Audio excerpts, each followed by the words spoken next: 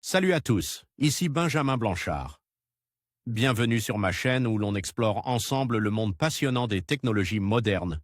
Si vous êtes intéressé par les dernières innovations et que vous voulez rester à jour sur ce qui change notre quotidien, pensez à vous abonner. Aujourd'hui, on va plonger dans un sujet incontournable des nouvelles tech. Prêts à découvrir? C'est parti. Bonjour à tous. Aujourd'hui, je vais vous parler d'un événement incroyable qui a marqué l'histoire des transports, le TGV qui pulvérisait son propre record du monde de vitesse en atteignant 574,8 km/h. Dans cette vidéo, je vais vous expliquer comment cette prouesse a été réalisée, les technologies qui ont permis d'atteindre une telle vitesse et l'impact que cela a sur le futur des trains à grande vitesse.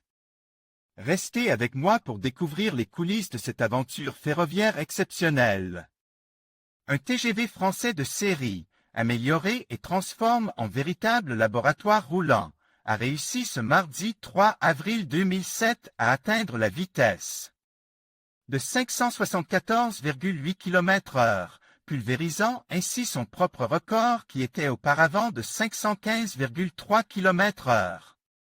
Composé de 2 motrices et 3 voitures, dont l'une d'entre elles comportait aussi un nouveau bogie moteur, la rame de type duplex était lancée à 13h01 sur la ligne à grande vitesse est européenne, dans le sens province-Paris.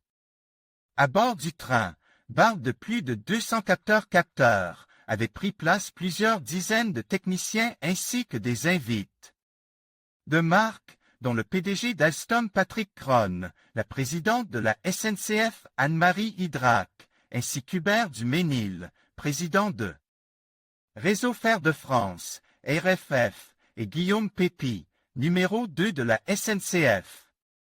Pilote par Éric Piexac, 46 ans, la rame s'est d'abord stabilisée aux environs de 160 km/h, le temps d'atteindre la zone où l'alimentation électrique avait été augmentée jusqu'à une tension de 31 000 V, puis la vitesse s'est mise à croître très rapidement.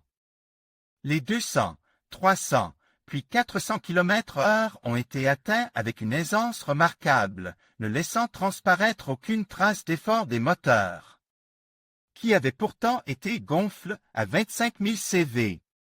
Après un palier vers 498 km/h provoqué par le franchissement d'une petite côte, le compteur digital s'est à nouveau en vol. Et le passage des 515,3 km/h a été marqué d'une salve d'applaudissements à bord du train, qui devenait ainsi le véhicule sur rail le plus rapide du monde. Alors que le convoi tout entier se mettait à vibrer, ce qui était prévu, la vitesse augmentait toujours jusqu'à atteindre 570 km/h. Puis le compteur grignotait encore un peu de vitesse avant que son conducteur décide de couper l'alimentation. Les habitants et les nombreux spectateurs massent le long des voies de la petite commune de Le Chemin, ça ne s'invente pas, dans le département de la Marne, voyaient alors passer une espèce de fusée sur rail dans un vacarme apocalyptique, survol d'un avion charge des prises de vue. Il était alors 13h14 et le TGV fonçait à 574,8 km/h, record absolu. La rame, nommée V150 pour 150 mètres par seconde, avait subi plusieurs modifications par rapport aux trains circulant actuellement sur le réseau européen, mais restait strictement de série. La voiture, barre centrale, était équipée d'un bogie central moteur qui équipera bientôt certaines nouvelles voitures de la ligne européenne. Les roues avaient été très légèrement agrandies pour éviter la mise en sur-régime des moteurs, et un soin tout particulier avait été apporté à leur fabrication. Code caténaire, la tension des câbles de transmission du courant avait été portée à 4 tonnes afin de les rendre aussi rigides que possible et ainsi réduire l'amplitude de l'onde qui accompagne le passage du train à grande vitesse, ce qui a pour effet d'entraîner des coupures d'alimentation. L'inclinaison de la voie avait été augmentée dans les courbes et ces modifications, qui resteront en place, autoriseront désormais Les rames commerciales à rouler à 320 km/h au lieu des 300 km/h habituels sur cette ligne. Le président Jacques Chirac a salué l'exploit, parlant d'une fantastique performance et déclarant que grâce à ce nouveau TGV, Alstom conforte sa place de champion sur le marché mondial de la grande vitesse.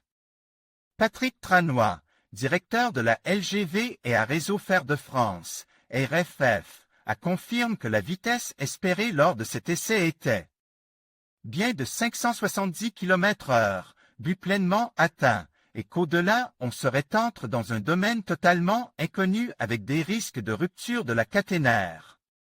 Quant au conducteur Éric Piexac, qui pilote son premier TGV voici seulement 6 mois et est maintenant promu héros du jour, il s'est déclaré heureux et fier de l'exploit.